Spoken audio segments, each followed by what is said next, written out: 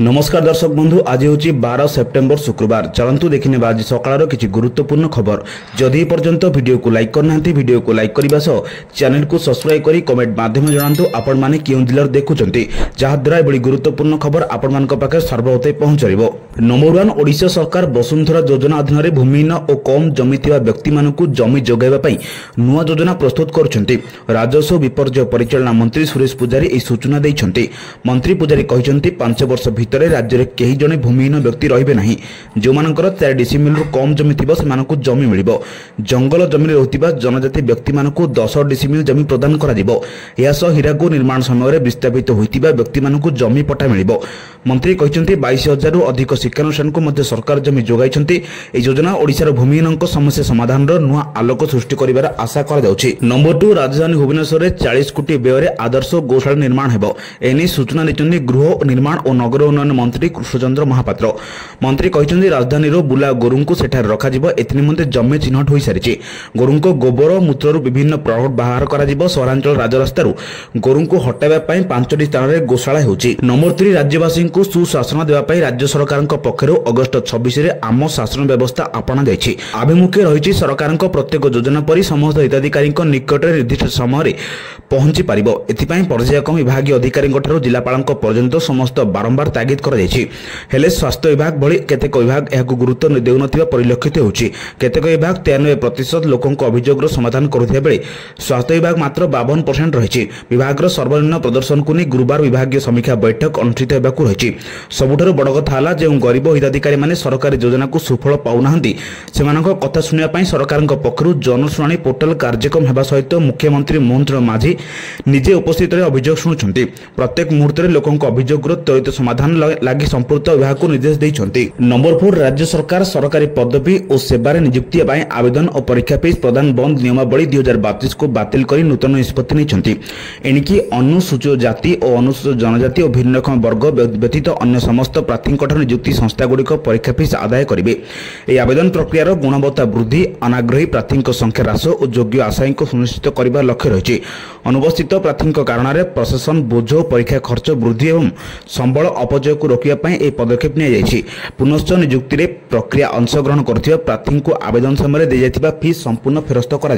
Number 5 राज्य में जारी रही लघुचाप जनित वर्षा आगक आउ एक घूर्णिबलय रही। प्रभाव में पुणी भिजिब ओडिशा। घूर्णिबलय प्रभाव में आहरी 5 दिन पर्यंत वर्षा संभावना रही। दक्षिण ओडिशा उत्तर उपकूल आंध्र प्रदेश उपर एवं सक्रिय रही घूर्णिबलय प्रभाव में 16 तारिख जाए वर्षा हेबाने आकलन करछि पाणीपाग केन्द्र। अन्यपटे राज्य में 9 जिला को सतर्क रहिबाकु परामर्श दिया जायछि। आगामी 3 घंटा पर्यंत 9टी जिला को येलो वार्निंग जारी कर सतर्क रहिबाकु परामर्ष देइछि आंचलिक पाणीपाग केन्द्र। वर्षा घड़घड़ी सह झड़ तोफान पूर्वानुमान कर नवरंगपुर कटक कलाहांडी कोरापुट नयगढ़ संबलपुर बरगढ़ बालेश्वर बलांगीर यह सब जिले में गोटे किंबा 2टी स्थान में आगामी 3 घंटा मध्य वर्षा और घड़घड़ी सह झटका पवन 30-40 किलोमीटर प्रति घंटा होबार संभावना रही। आज एवं आसंताकाली सारा राज्य में हालुकारू मध्यम धरणर वर्षा नहीं येलो वार्निंग जारी होगी। आज मालकानगिरी और कोरापुट में प्रबल वर्षा संभावना रही। सेहीपरि काली मालकानगिरी कोरापुट और नवरंगपुर को प्रबल वर्षा नहीं येलो वार्निंग जारी कर आंचलिक पाणीपाग केन्द्र। सेहीपरि सेप्टेम्बर 13 तारिख पर मालकानगिरी कोरापुट जिला ऑरेंज वार्निंग जारी कर सतर्क करिछि पाणीपाग केन्द्र। ए 2टी जिले में प्रबल अति प्रबल वर्षा सह घड़घड़ी सह झटका पवन 30-40 किलोमीटर प्रति घंटा होबार संभावना रही। नंबर 6 खूब शीघ्र ओडिशा आसिबे प्रधानमंत्री मोदी। चलित मास शेष में ओडिशा आसी पारंती प्रधानमंत्री नरेंद्र मोदी। ओडिशा आसिबा आमंत्रण दिया जायछि। केउं तारिख में ओडिशा आसिबे ताहा किछि स्पष्ट होई पारि नाही। मास शेष आड़को अर्थात सेप्टेम्बर 28 तारिख में भुवनेश्वर में जातीय मध्यस्थता सम्मेलन आयोजन हेबो। एथिरे सुप्रीमकोर्ट और हाईकोर्ट विचारपति विभिन्न राज्यर एडवोकेट जेनेराल जातीय आईन विश्वविद्यालय प्रोफेसर माने अंशग्रहण करेंगे। सूचना योग्य जे जून 20 राज्य सरकार वर्षे पूर्ति उत्सव में प्रधानमंत्री नरेंद्र मोदी भुवनेश्वर आसीथिले। एही गस्त अवसर में प्रधानमंत्री एकाधिक कार्यक्रम में जोग देइथिले। एही गस्त में मोदी रोड शो और जनता मैदान में जनसेवा को संबोधित करथिले। मोदी गस्त पई राजधानी भुवनेश्वर में पुणी थे जनसमुद्र पलटिथिला। प्रधानमंत्री मोदी गस्त पई भुवनेश्वर जनता मैदान में प्रस्तुति जोरदार होइतिला। नंबर 7 लोकसभा भवन ठारे आज मुख्यमंत्री मोहन चरण माझी राज्य में सार जोगाण स्थिति समीक्षा करी समस्त जिले में पैक्स एवं लैंप्स जरिया सार आवंटन कार्य को ठीक भाव में तदारख करने मुख्यमंत्री समस्त जिलापाल को कड़ाकड़ी निर्देश देइछन्ति।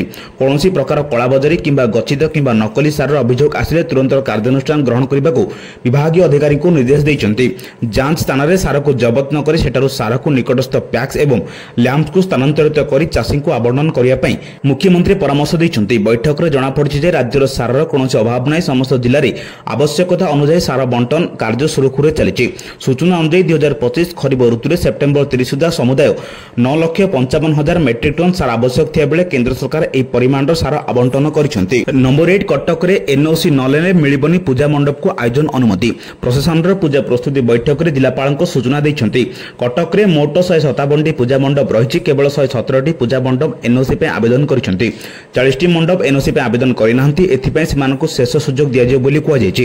ପୂଜା ପେଣ୍ଡାଲ ସମିତ ରାବଣ ପୋଡ଼ି, ମୀନା ବଜାର, ଦୋଳି ଓ ସାଂସ୍କୃତିକ କାର୍ଯ୍ୟକ୍ରମର ଆଦି ପାଇଁ କର୍ତ୍ତୃପକ୍ଷଙ୍କଠାରୁ ଅନୁମତି ପତ୍ର ହାସଲ କରିବା ଆବଶ୍ୟକ। ଭସାଣୀ ଶୋଭାଯାତ୍ରାରେ ଖଣ୍ଡା, ଲାଠି ଆଦି ବ୍ୟବହାରକୁ ନିଷେଧ କରାଯାଇଛି। ଏଥିସହ ରାବଣ ପୋଡ଼ି ନିମନ୍ତେ 50 ମିଟର ଲମ୍ବା ଏବଂ ଖାଲି ସ୍ଥାନ ଉପଲବ୍ଧ ଥିବା ଜରୁରୀ। ସର୍ବସାଧାରଣ ଟ୍ରାଫିକ୍ ଯାତାୟାତରେ ଯେଭଳି କୌଣସି ବାଧା ନ ଉପୁଜେ ସେସବୁକୁ ଦୃଷ୍ଟିରେ ରଖି ତୋରଣ ନିର୍ମାଣ, ଯାନବାହନ ପାର୍କିଂ ପାଇଁ ସ୍ଥାନ, ଶୌଚାଳୟ, ସିସିଟିଭି ଲଗାଇବା, ଓଆର୍ଏସ୍ ଉପଲବ୍ଧ କରାଇବା, ସ୍ୱେଚ୍ଛାସେବୀ ନିଯୁକ୍ତ କରିବା ଆଦି ଉପରେ ଜିଲ୍ଲାପାଳଙ୍କ ଗୁରୁତ୍ୱ ଦେଇଛନ୍ତି। ଏଥିସହ ପୂଜା କମିଟି କର୍ମକର୍ତ୍ତା ପୂଜା ପେଣ୍ଡାଲରେ ଅଗ୍ନି ନିର୍ବାପକ ଯନ୍ତ୍ର ଲଗାଇବାକୁ ପରାମର୍ଶ ଦିଆଯାଇଛି ଓ ବିଦ୍ୟୁତ୍ ସଂଯୋଗ ସମ୍ପର୍କିତ ନିଆଯାଇଥିବା ପଦକ୍ଷେପଗୁଡ଼ିକ ଯାଞ୍ଚ କରିବାକୁ ଜିଲ୍ଲା ଅଗ୍ନିଶମ ଅଧିକାରୀ ଓ टीपीसी ओलिउड को निर्देश देइछन्ति। नंबर 9 गतकाली राज्य कैबिनेटर 26तम बैठक माननीय मुख्यमंत्री मोहन चरण माझी अध्यक्षतार लोकसभा भवन स्थित सम्मेलन कक्ष में अनुष्ठित होइतिला।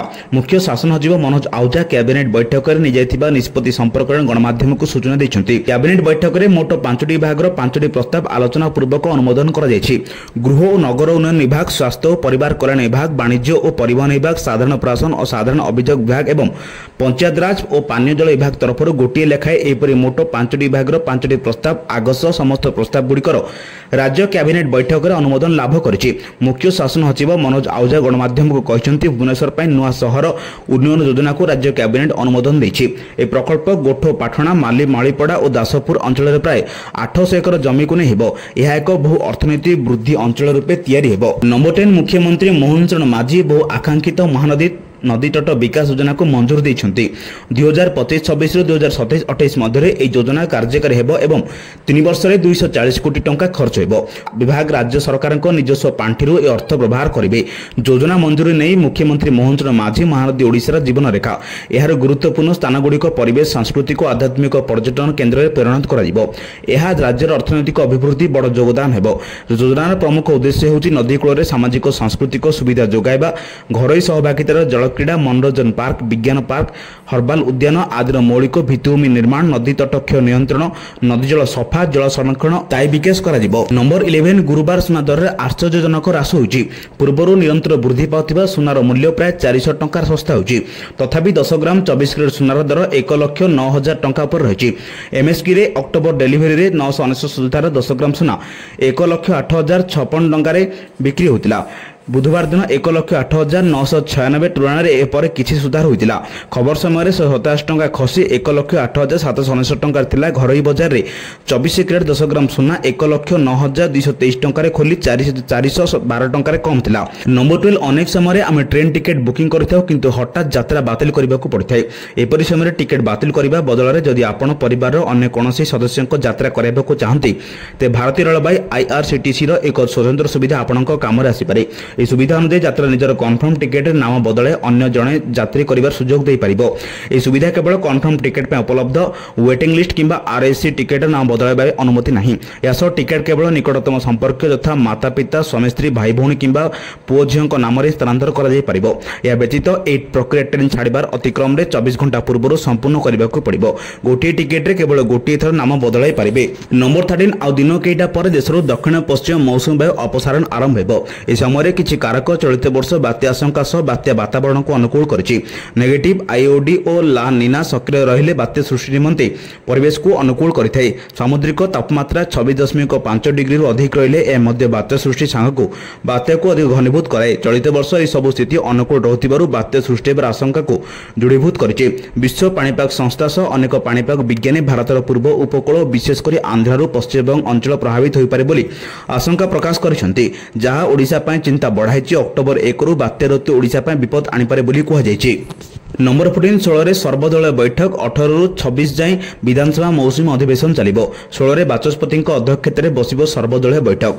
सुरुखुरे विधानसभा सारिबा ने आलोचना हेबो। विधानसभा 7टी कार्य दिवस रही। आसंता 18 तारिख पुणी आरंभ हेबो विधानसभा अधिवेशन। मौसुमी अधिवेशन द्वितीय पर्यायर आरंभ हेबो। अधिवेशन 25 तारिख जाए चलिबो।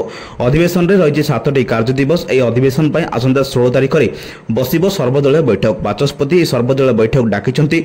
गृह को सुरुखुरे केमिति चलिबो, केमिति समस्त प्रसंग उपर आलोचना हेबो। राज्य रे गुरुत्वपूर्ण प्रसंग उठाइबाकू केमिति विरोधी को पूरा सुजोग मिलिबो से संपर्क में सर्वदलीय बैठक आलोचना हेबार संभावना अछि। नंबर 15 भारतीय नौसेना रे शामिल होइचंदी स्वदेश निर्मित शक्तिशाली 3D सर्विलांस राडार। यहाकू डाटा एडवांस सिस्टम लिमिटेड पक्षर एक स्पानिश कंपनी प्रजुक्ति हस्तांतर माध्यम निर्माण कर TAS सॉइल प्रथम भारतीय कंपनी होची जहां एडवांस नौसेना 3D एयर सर्विलांस राडार निर्माण करिछि।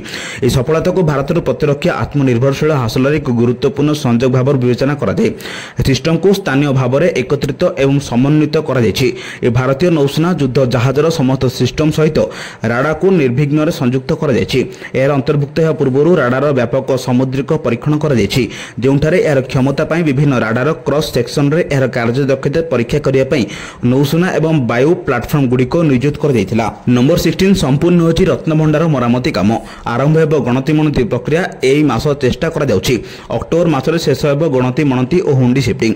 धाड़ी दर्शन पूर्व हुंडी शिफ्टिंग पाई एक रेजुलेशन आसीबो।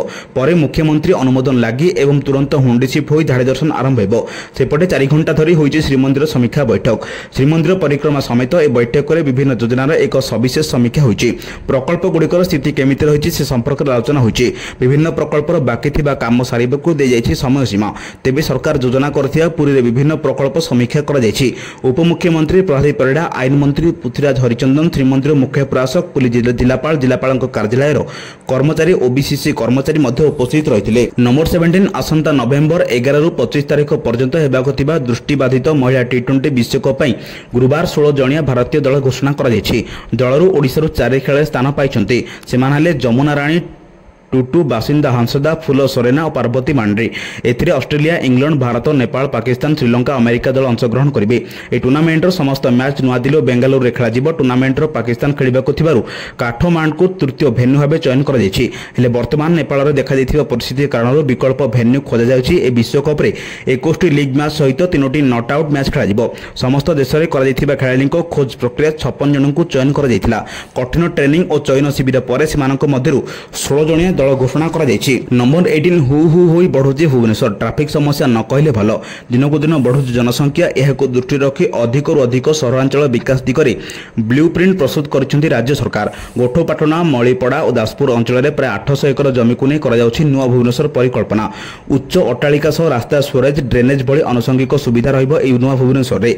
पूरा प्रकल्प पई बीडीए आगामी 15 वर्ष रे 8179 कोटी टंका खर्च करिबार योजना रहिछि। नुआ भुवनेश्वर पई डीपीआर प्रस्तुत करिबो सिंगापुर। नुआ भुवनेश्वर सह पुराना भुवनेश्वर को सजाड़िया पई योजना करा जाउछि। सेहिपरि सहर बढ़ुथिबारु मेट्रो प्रकल्पर आवश्यकता रहिछि। हेले मेट्रो प्रकल्प केबे हेबो तार सठिक उत्तर नगर उन्नयन मंत्री पाखरे नाही। सेहिपरि राजधानी गोरु गाई मुक्त करा जेबो। भुवनेश्वर रे निर्माण हेबो आदर्श गोशाला। 40 कोटी टंका व्यय रे आदर्श गोशाला निर्माण करिवे राज्य सरकार। भुवनेश्वर रे बुला गाई गोरु को सेठार रखा जिवो। नंबर 19 श्री जगन्नाथ मंदिर रे चारिद्वार रे नियोजित पुलिस कर्मचारी को बॉडी कैमेरा सहित सज्जित करा जायछि, जेउथिरे ऑडियो क्षमता एवं यथेष्ट संरक्षण क्षमता रहिछि। ए पदक्षेप मंदिर परिसर में प्रवेश करथिबा संदिग्ध व्यक्ति मानक उपर नजर रखिबार यथेष्ट उन्नति आनिबो बोली आशा करा जाउछि। ए कैमेरा गुड़िक मंदिर भीतर को प्रतिबंधित सामग्री आनिबाकू निषेध करिबारे मध्य सहाय्य करिबो। ए व्यतीत सेमाने अणसेवायतଙ୍କୁ चिन्हट करिबारे एवं सेमानक विरोध में कार्यानुष्ठान ग्रहण करिबारे सेवायत करिबे। बॉडी कैमेरा रे व्यवहार स्वच्छता एवं जनसाधारण विश्वास को प्रोत्साहित करिबा सह पुलिस कर्मचारी मानक सेमानकर कर्तव्य को अधिक प्रभावशाली भाव में संपादन करिबाकू एवं दर्शनार्थी को उत्तम सेवा प्रदान करिबाकू सक्षम करिबो। नंबर 20 राज्य कैबिनेट बैठक में गुरुत्वपूर्ण निष्पत्ति होइछि। ओडिशा नियुक्ति परीक्षा फीस प्रदान और फेरस्त नियमावली 2025 को मंजूर देछि कैबिनेट। एणिकी सरकार नियुक्ति में योग्य आशायी प्रार्थी आवेदन को सुनिश्चित करने को परीक्षा फी आदाय करा जिवो। केवल अनुसूचित जाति, जनजाति और भिन्नक्षम को छाड़ी अन्य समस्त वर्गर आवेदनकारी परीक्षा देबे। जो आवेदनकारी परीक्षा रे शामिल हेबे तांको से दाखल करथिबा फी फेरस्त करा जिवो। नियुक्ति परीक्षा पई फी ओडिशा नियुक्ति परीक्षा फीस प्रदान और फेरस्त नियमावली 2025 को मंजूर करा जायछि। विभिन्न सरकार नियुक्ति परीक्षा और आवेदन पई देय प्रदान करिबे। आवेदनकारी नियुक्ति प्रक्रिया रे शामिल परीक्षार्थी संपूर्ण देय फेरस्त करिबे। अनुसूचित जाति और जनजाति एवं भिन्नक्षम वर्गों को देबाकू पड़िबनी कोनोसी देय।